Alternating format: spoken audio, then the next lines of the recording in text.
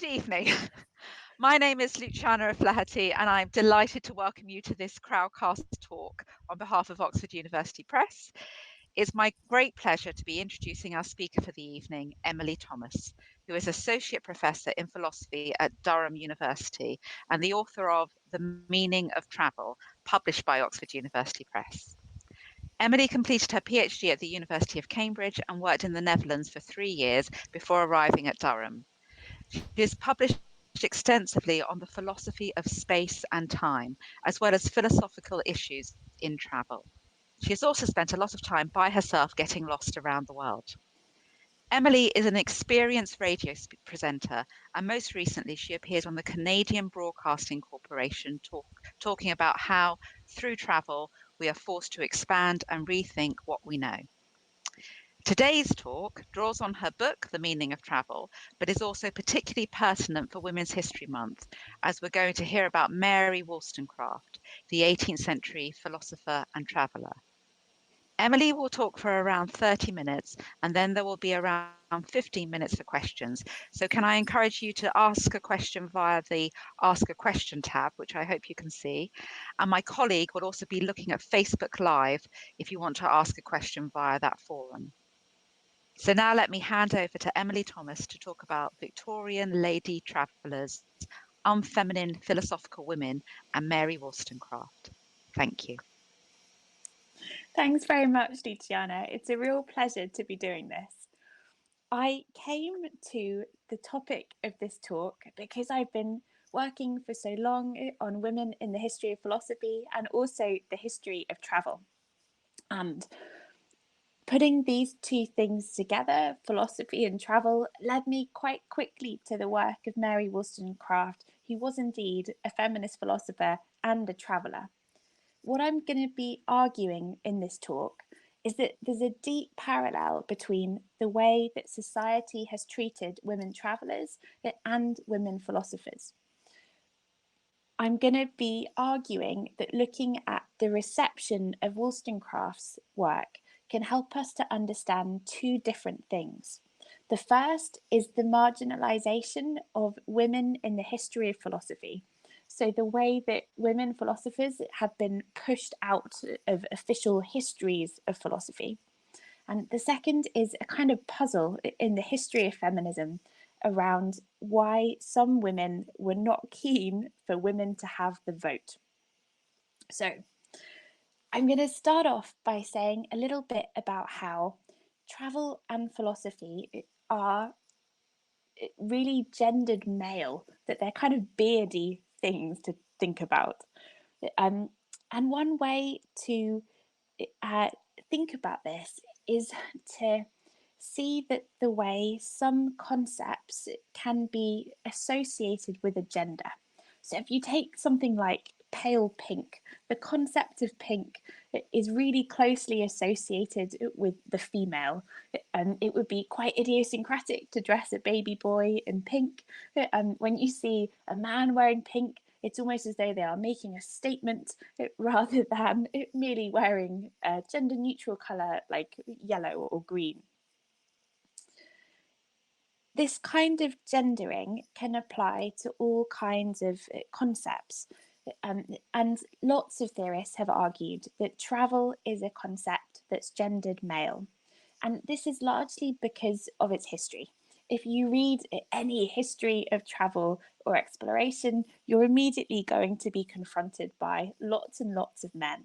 So people like Herodotus, Homer, Marco Polo, John Mandeville, Captain Cook, Magellan, Columbus, Scott of the Antarctic, you get the idea. The philosopher Simone de Beauvoir noted that in adventure stories, it's always boys who go around the world, travel as sailors on boats, and subsist on breadfruit in the jungle. In contrast, the girls seem to stay at home. They don't get to go away on adventures. So this is a really sort of deep historical association with travel and men. And you have exactly the same association with philosophy. So philosophy is also traditionally thought of as a really masculine activity. I found this wonderful 17th century kind of thesaurus, almost a book of word associations, and under the term philosopher included the words wise and sage and also bearded. This is very much the kind of image we have of philosophers. You think of Confucius, Descartes, Kant, Bertrand Russell. If you ask anyone on the street to name a philosopher, they will almost certainly name a man. Now, this gendering of concepts becomes a problem when you think that one gender is superior to another. And as we can see in the history of philosophy and science, men have long been valued more highly than women. So I'm just going to give you a few examples, partly because they amuse me. Plato proclaims that the male sex is superior to the female in pretty well everything, with the possible exceptions of weaving, cake baking, and cooking vegetables. Aristotle actually characterizes females as mutilated males. So females are just kind of inferior versions of the male. 17th century philosopher Nicholas Malebranche described women as feeble-minded, stupid and weak. And he thinks this is because women's brain fibres are kind of wet and soggy, whereas men's brain fibres are dry and strong. Kant argued that learning is not appropriate for women, and it will actually make them less attractive to the opposite sex. Similarly, Hegel believed that women are capable of education, but only in very limited ways, and they're certainly not capable of the advanced sciences or philosophy. Darwin himself wrote that men attain higher eminence than women in all things, and the average mental power of a man is always above that of a woman. Now, against this kind of backdrop, we value things that are associated with men more highly. So lots of studies have found that people with deeper voices, which is a characteristically male trait, manage larger companies and make more money. Researchers have also shown all over the world that taller candidates, again a characteristic associated with men, are more likely to win elections. So this is why the gendering of concepts becomes a problem, because we then attach a higher or lower value to those concepts. Okay, now, bearing in mind that travel and philosophy are these kind of male beardy things, let's turn to the life of Mary Wollstonecraft. Before telling you a bit about it, I will explain that there's been a little bit of critique in the literature about how when we talk about women philosophers, we tend to give more biographical details than we do with regards to men. In defence of the fact that I'm about to do that right now, it would be impossible to explain the reception of her work without giving you these details. So here goes. So Wollstonecraft was born in London in 1759. She had a really difficult family life, but eventually managed to earn her own living as a translator, a book reviewer, and an author. She reviewed all kinds of books, including something like 80 travel books, so she was super familiar with the genre. Wollstonecraft really made her name in 1792 by publishing a book called The Vindication of the Rights of Women. And this is a staunch piece of feminist philosophy, and she's arguing that women should be offered the same opportunities as men. That her view is that all of us possess souls that are all of the same kind, and that means that we can all attain to the same virtues and we should all be educated in the same way. She wrote that as matters stand, uneducated women are like military men. We are sent into the world before their minds have been stored with knowledge or fortified by principles.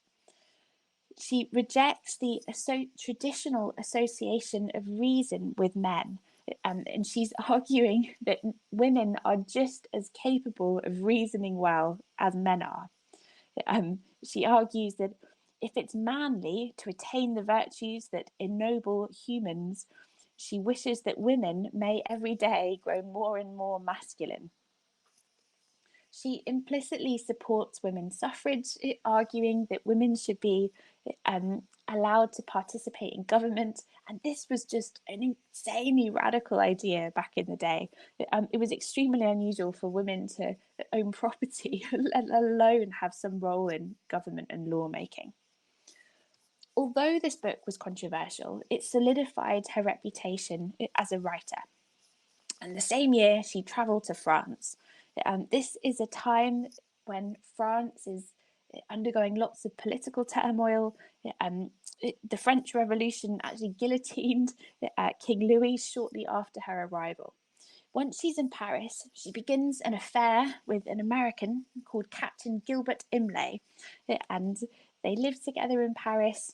They describe themselves as married, even though legally they weren't. And Wollstonecraft had a daughter with him called Fanny.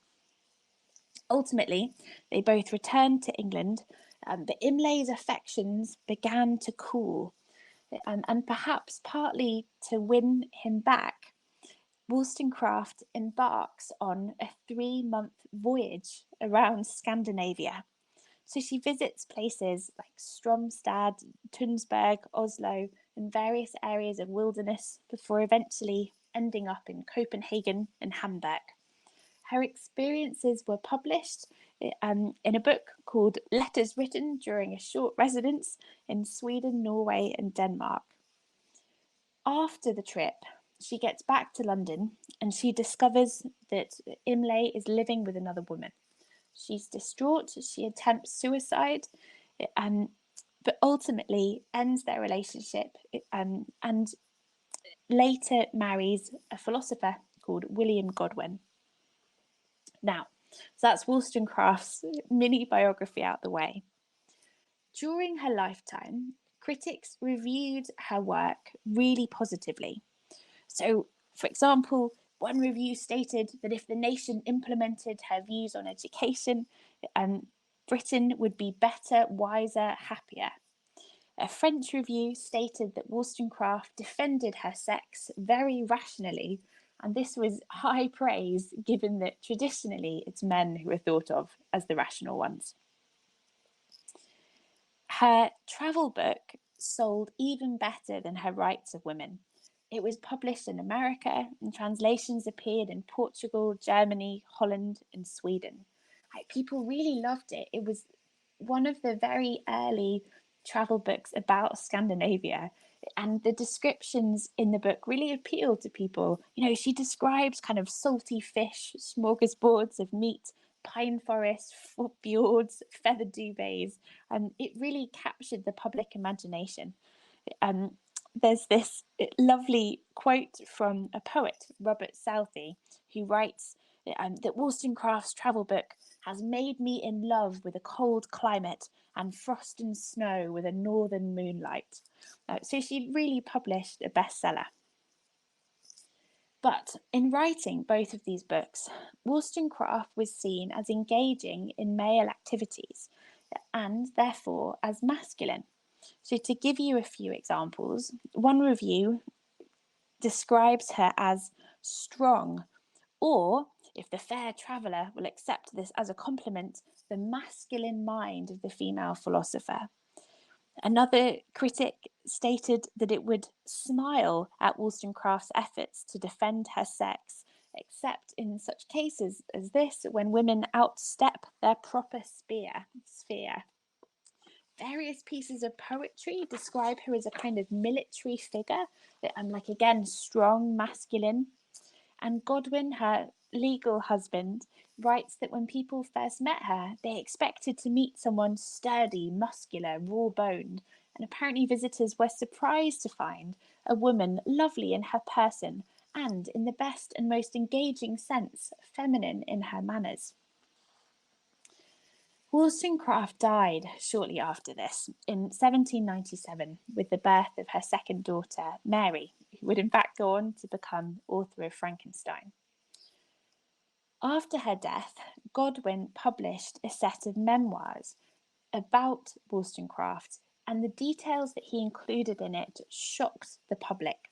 He included the fact that Wollstonecraft had attempted suicide, that she'd had a child without being legally married, and you can imagine this is the sort of 18th century version of the bad tabloid press today. There was this huge public outcry, and she was vilified in the press. Just to give you a few examples, various obituaries and magazines warned that readers should not take her life as a pattern to be emulated, but as a warning, as a kind of life to be avoided. One magazine called her a philosophical wanton. Another magazine labelled her a prostitute. Various novelists, including lots of female novelists, produced fictionalized versions of Wollstonecraft, and even where these versions were sympathetic, she was held up as a kind of moral lesson, as an example to people of how not to go wrong, how not to live a life. She became a kind of warning, an admonition for women not to get involved in writing or philosophy. Now, lots of the critiques suggest that she was attacked because her conduct had just been too masculine. By daring to write philosophy and travel, she just got involved in one too many male things. So just to give you a few examples, one poet argued that Wollstonecraft was unsexed for demanding equality with men, and he describes Wollstonecraft as the intrepid champion of her sex whom no decorum checks. A philosopher describes her as bold, masculine in thought, and he argues that she aspired to imitate the sturdy sex in her writing. Another critic describes her as a victim, her work is a failure, her life is a cautionary tale.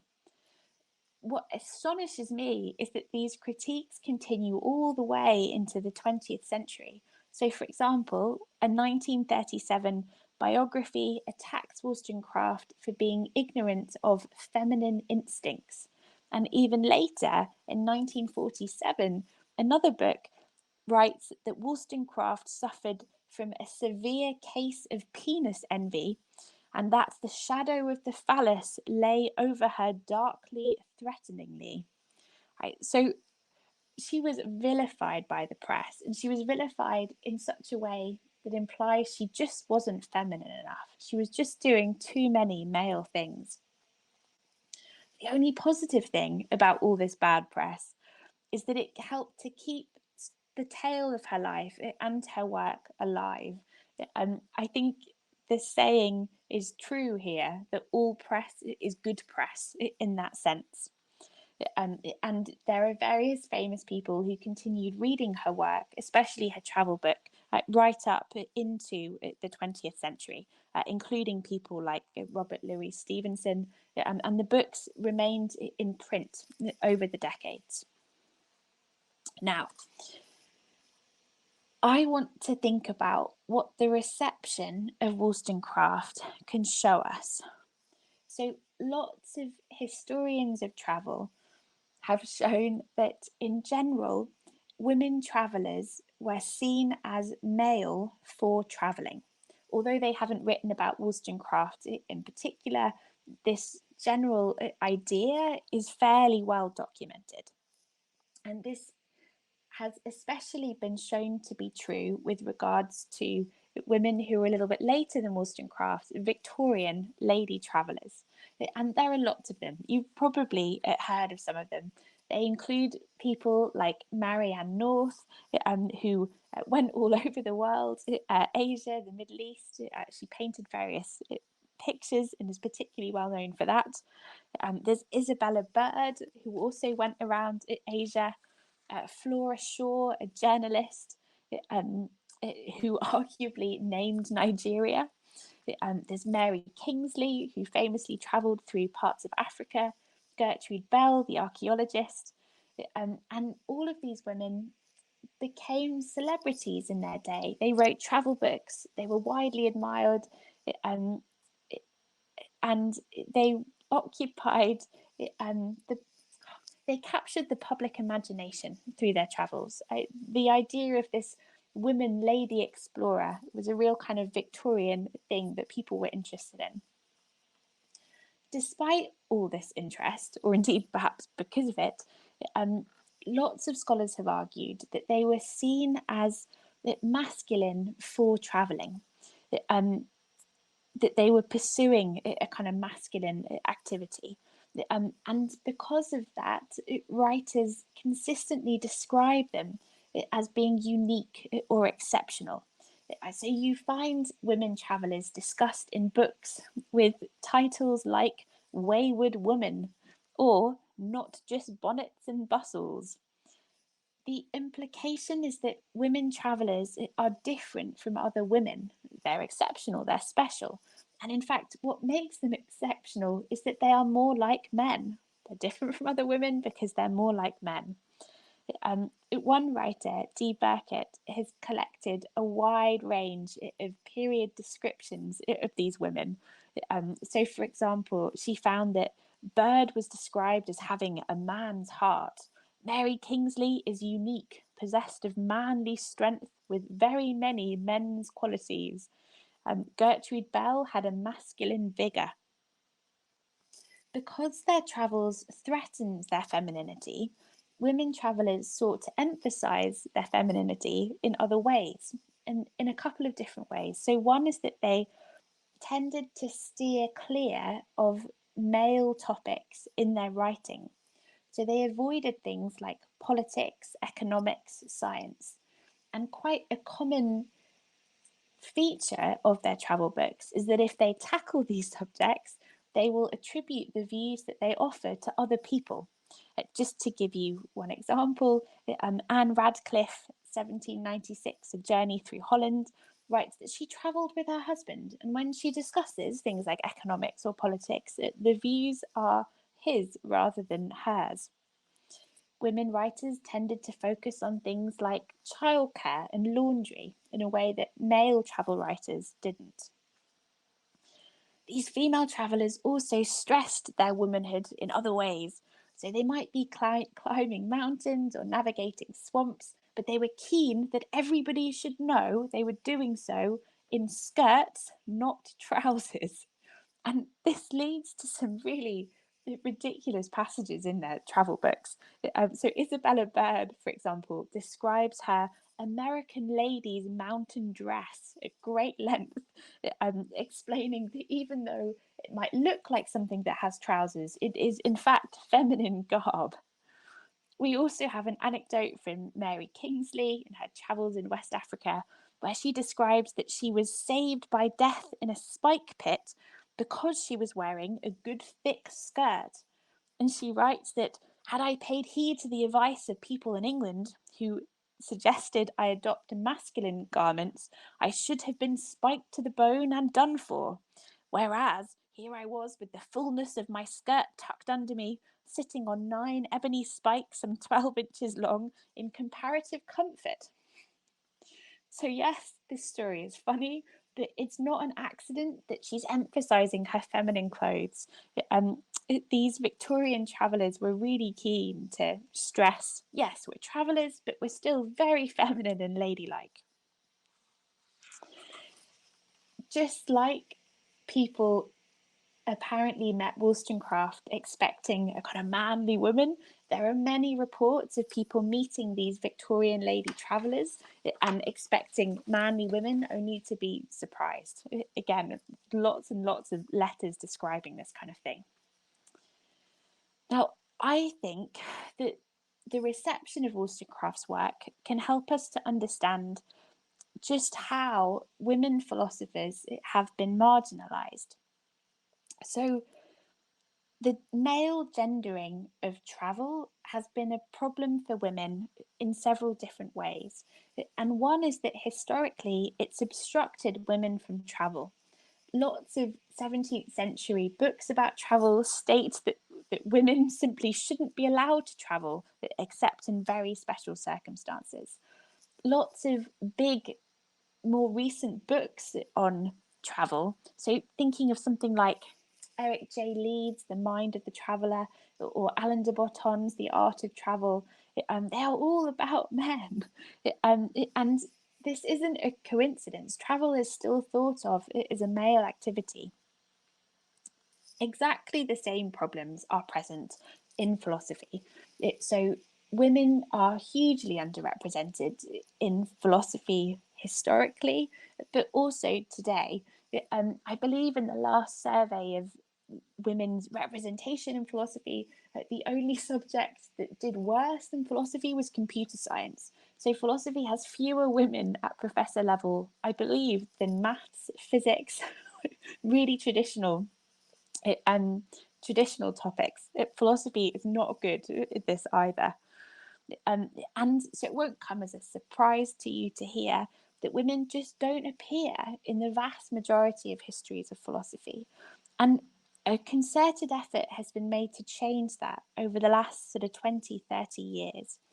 So in 1995, a really groundbreaking series of books was published called A History of Women Philosophers. And this has just never been done before. The editor, Mary Ellen Waith, explains that by the end of 1981, she had concluded through her research that at least 100 or more women philosophers had been omitted from standard philosophic reference guides. And if the women are mentioned at all, it's in passing in a footnote. I have been working on historical women philosophers for some time too, and I have found exactly the same thing. Some of the omissions are astonishing. And so there are women who have literally been presidents of the biggest US and UK philosophical societies. They've published lots of books, they're professors in philosophy departments in the early 20th century, and they are just ignored in histories of philosophy. They don't appear anywhere at all. What I think Wollstonecraft can help us understand is how this exclusion works. So, historically, women philosophers have also been seen as exceptional women, as in fact being more like men. I'll give you a few examples. So, in 1655, Henry More praises one of his philosopher friends, Anne Conway, and he writes of her, "You have not only outgone all of your own sex, but even of the other also." So the implication is, well, you did a fairly good thing by going beyond all the women, but even more astonishing, you've gone beyond all the men. Similarly, a biography of philosopher Catherine Coburn in 1751 claims that she was engaged with John Locke's philosophy at an age when few of the other sex were capable of understanding. Again, an exceptional woman.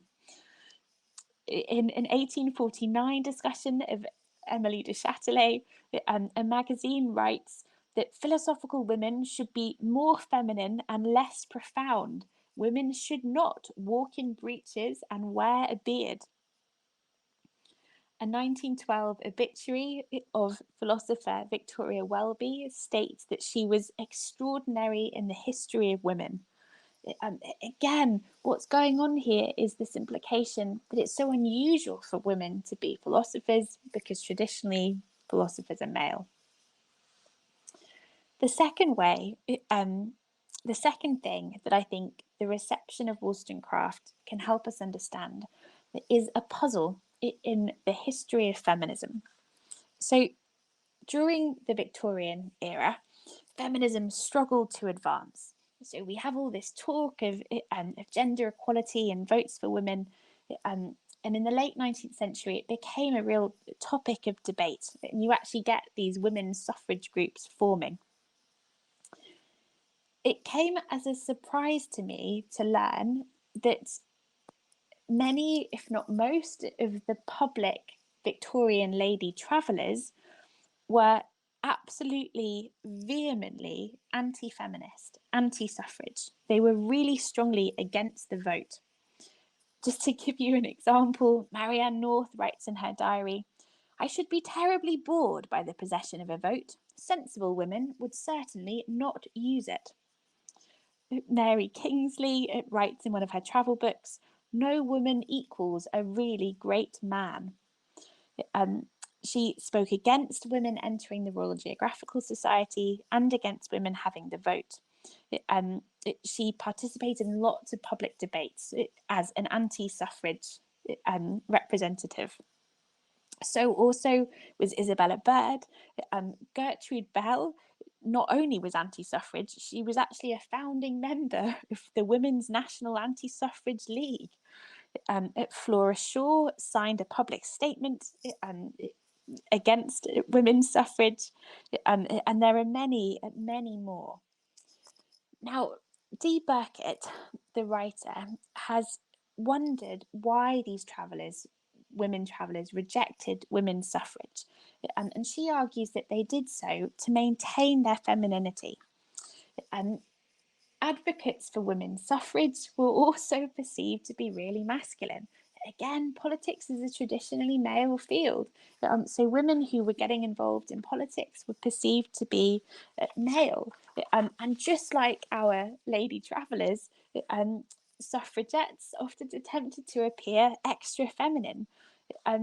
Just to give you an example of this, in 1908, the newspaper Votes for Women declared, "The suffragette of today is dainty and precise in her dress," and it issues guidelines for how suffragettes can appear extra feminine in their dress. Now, what Burkitt is arguing is that women travellers were already seen as masculine through their travels, and supporting women's suffrage would have rendered them even more masculine. I completely agree with Burkitt, and I think that's certainly one of the things that's going on.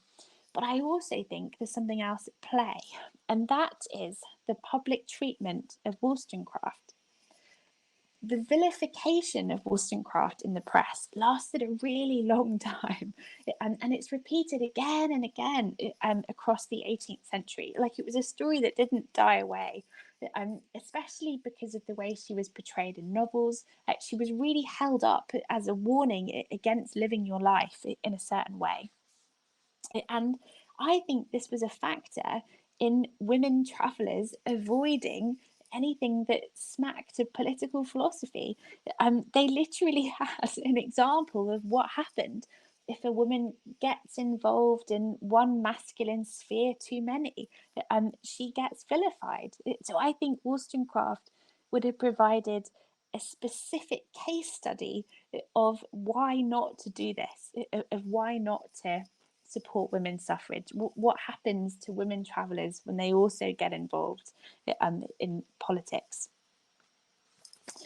A couple of interesting contrasts just to further support this is, although many of these women travellers, Victorian lady travellers, stress their feminine clothes, Wollstonecraft explicitly avoids describing her dress for feminist reasons. She's critical of women who pay too much attention to fashion, arguing we should be working on our minds rather than our appearances. Similarly, although Victorian lady travellers often avoided male topics like economics and politics, she explicitly goes out of her way to engage with them. And again, it seems like there's just a real difference in strategy here, and I think it's one that persisted. I will end this talk by saying that happily, Wollstonecraft's fortunes have been reversed. So one way things are now looking a lot brighter for her reception is that she's acknowledged as trailblazing for women travellers and for women writers. So she was one of the very first women to author a travel book in the English language, and she's now acknowledged for that. And also, the way that she wrote the book is seen as being groundbreaking. She pioneered a new, intimate, informal style of travel writing that just wasn't around very much at all before. And it's been argued that she did this really deliberately. She reviewed so many travel books, she was really familiar with the genre, and she set out to change it. The second way that her reception has now happily improved is that she is also acknowledged as a trailblazer for feminist philosophy. So around the time that women got the vote, her reputation was rehabilitated. Women's suffrage societies began to claim Wollstonecraft as a kind of grandmother of suffrage. New biographies were written about her. She is mentioned in various suffragette documents. And now, of course, there is buckets and buckets of scholarship on Wollstonecraft, on her political philosophy, her feminism, and her travel. So Wollstonecraft was a traveller and a philosopher and a pioneer in both. And that's it. Thank you.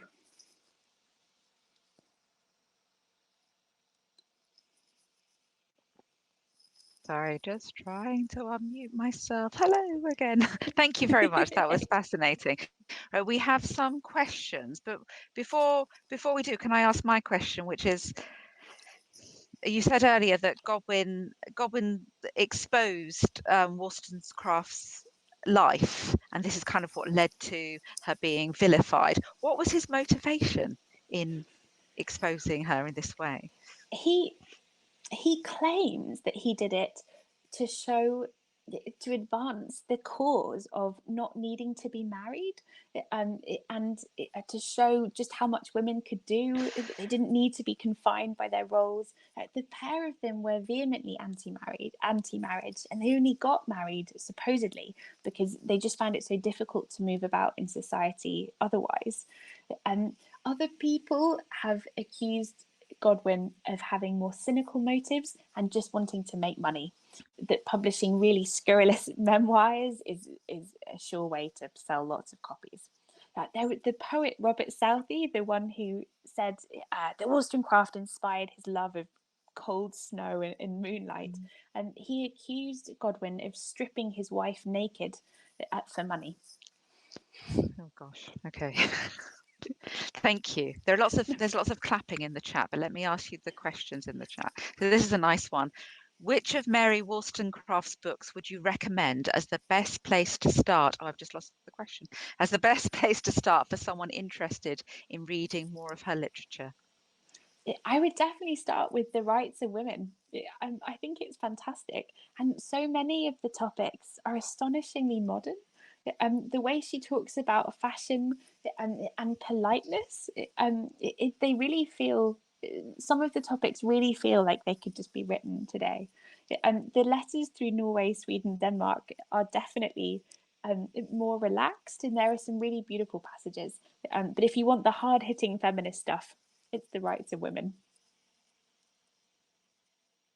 Excellent. Published by OUP, just by the by. Available as an Oxford World Classics. As it should be. Sorry, next question. Yes. You quoted a number of sexist comments from Darwin that you said you found amusing. Can you speak to why you might be amused and not infuriated? Does it have to do with the reader or you specifically, or with how the ideas were articulated? I read an awful lot of sexist comments in the course of working on history of philosophy. And honestly, I think I do find them infuriating. But when people talk about how women have soggy brain fibers, or they're just clearly inferior to men, I guess it just seems so obviously false that there's enough distance between. It seems so obviously false that I can find it funny. Is that awful? I mean, I think women, if were there men seriously advocating such views in public today, I would absolutely be infuriated and seek to correct them. But when I'm looking at something that's 100 or 200 years old, I can have a sense of humor about it. Good. It's good to enjoy your work. Okay, I think I've put a question as accidentally answered that isn't answered. Hang on. Do we think that travel today is still gendered as male because many women around the world are still unable to travel? Or has the rise of female travel influencers on platforms such as Instagram changed this? That's a great question. And the short answer is yes, travel is still gendered male. And I don't think it's gendered male nearly so strongly as it was. Okay. But here's some evidence for you that it still is. things like solo women travel are still a topic in a way that solo male travel just aren't. If you look at people who are winning prizes for travel writing, travel magazines, travel books, again, they are still really male dominated. There's a wonderful quote from a travel writer who has commented on there's this really famous analogy of travel writing. It's called something like the American Book of Travel Writing, and it's published annually. It's still being published today. And a couple of years ago, one journalist complained that hardly any women travel writers had edited it, and yet there are several men who've edited it twice. So this kind of thing is very much still going on, lesser extent, but still present. Thank you. Another question. Along with Aphra Behn, Wollstonecraft is one of the women who is included in the 18th century studies canon. What was the turning point in scholarship that put her into the syllabus? I believe the very first PhD dissertation on Wollstonecraft was written in around 1900, and not in 1900 but around then, and around that time there was a new biography published that was more positive and less critical. And I think those two things together were the turning point. After that, in the 1920s and 30s, you begin to see Wollstonecraft collected in stories about women travellers, and it's suddenly as though she's taken up again. And then since the 1950s, there's huge amounts of scholarship, which is really still going on. Wollstonecraft is a really active area of study.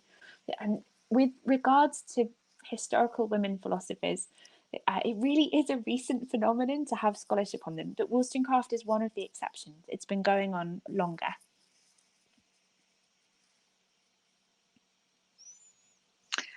Sorry, and I'm just going to interject another question for me there. Sorry, there are more questions. And is there any other woman who you think has been particularly neglected that we should be reading and that we're not reading? Any other female philosopher from the past? I think there are lots. So okay. really interesting. So over the last 20 years, there has been increasing scholarship. We are discovering people like Anne Conway, Margaret Cavendish, Elizabeth Palentine, and the scholarship is increasing day by day. What's interesting, I find, is that we now almost have an alternative canon of women philosophers, especially people like Cavendish, Conway, Elizabeth, and what's coming a lot more slowly is scholarship on women outside of that canon. So I work on 19th and 20th century women philosophers, and there are so many on whom there is literally no scholarship. So one person who is particularly relevant for this is Victoria Welby. She was also a traveller. She published a travel book as well as a philosopher. And there's one book on her, and that is it. It's really astounding. Okay, I will make a note. Of that. I'm just going to read the questions because we're going to run out of time, so I'll just do them in order now rather than trying to be clever. So, Wollstonecraft's letters were famously addressed to her lover Imlay. A number of her readers, including Godwin, claim to have fallen in love with its writers in the process of reading it.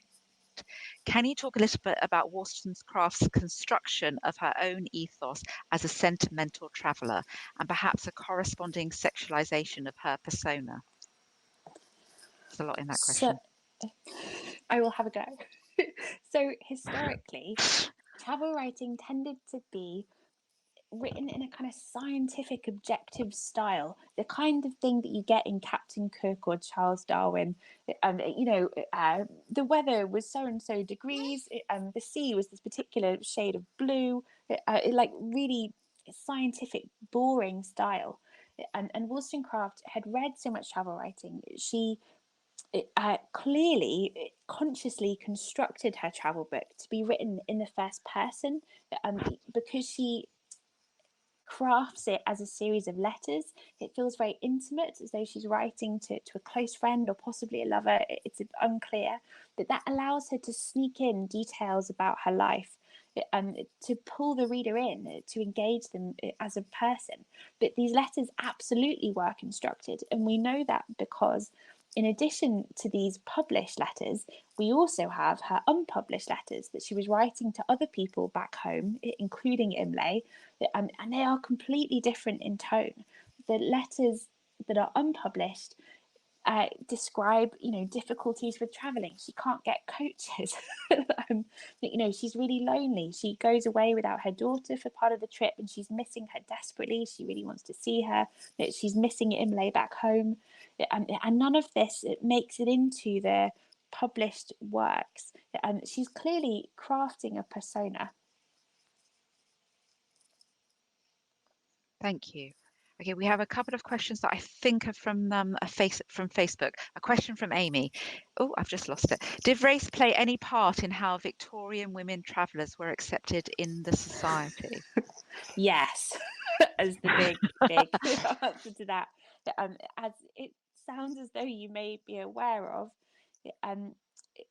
several theorists have argued that the way Victorian lady travellers were able to get away with travelling in places like Africa and Asia, where normally women did not travel alone, was by stressing not their femininity but their whiteness. So the idea is being white trumps being a woman, and that allows you to go to all these places. Some of the travellers were definitely racist. That comes across in the way they talk about the men that they hire to carry their belongings or to act as guides to various places. Others came home and advocated for the rights of various peoples around the world. So it's quite a mixed. How they viewed people who weren't white is quite a mixed bag, but without a doubt they're taking advantage of their whiteness in order to complete these travels. Thank you. And kind of follows on from this. Did female travellers commonly travel with male companions and escorts?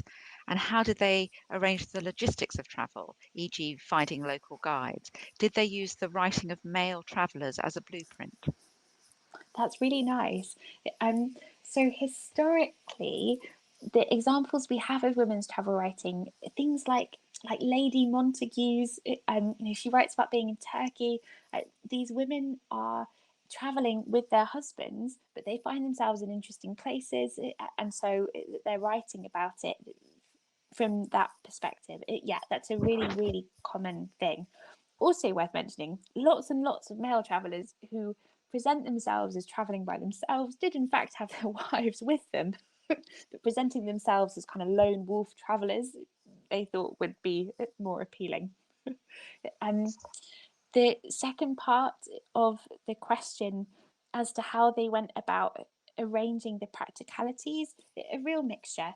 Often, especially with the Victorians, they're travelling during colonial times, they would rock up at the nearest embassy and ask for advice.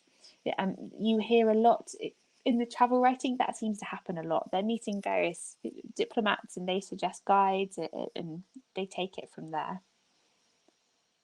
Thank you. And a completely different question. Could you please, this is from Sarah via Facebook, I think, could you please recommend any contemporary travel writing by women? Oh, that's a lovely question. I love Sarah Wheeler. I think Sarah Wheeler's books are just beautiful.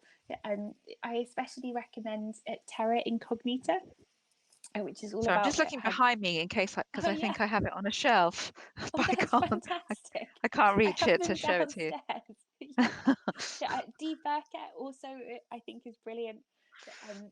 Oh dear, I need to name more, and my mind's going to go blank. But there are two for you. Okay, again, other end of the scale. Miranda Fricker talks of epistemic injustice. Would that explain the treatment of women philosophers? That's a very difficult question. I know. Oh goodness. I'm going to say yes, but not go into details. I'm sure, that has a role to play. Alongside, there are definitely many factors going on. Yeah. Here's a random factor for you, just to give you an idea of just how strange some aspects of history are.